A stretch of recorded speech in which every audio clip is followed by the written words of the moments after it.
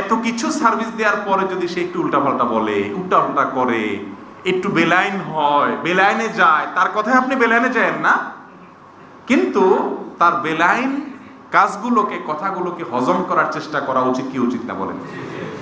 প্রিয় ভাইয়েরা আমার, শ্বশুর বাড়ির লোকেরা সাধারণত আমাদের দেশে তো বিয়ে করলে সাথে আবার যৌতুক টৌতুক দেওয়ার একটা প্রথা প্রচলিত আছে। আজকাল তো চাওয়া টাওয়া লাগে না, বলা টলা লাগে না, এমনিই দেয়। যে ওই চিপায় মেয়ের বাপ অটোমেটিক পড়ে যায়, কোনো উপায় নেই, দিতেই হয়, খুশি হয়েই দেওয়া লাগে, এছাড়া কোনো উপায়। তার পেছনে যত ইনভেস্ট, যত খরচ, যত সময়, এগুলো সব ব্যয় করছে কে? মেয়ের বাপ মা, তাই না?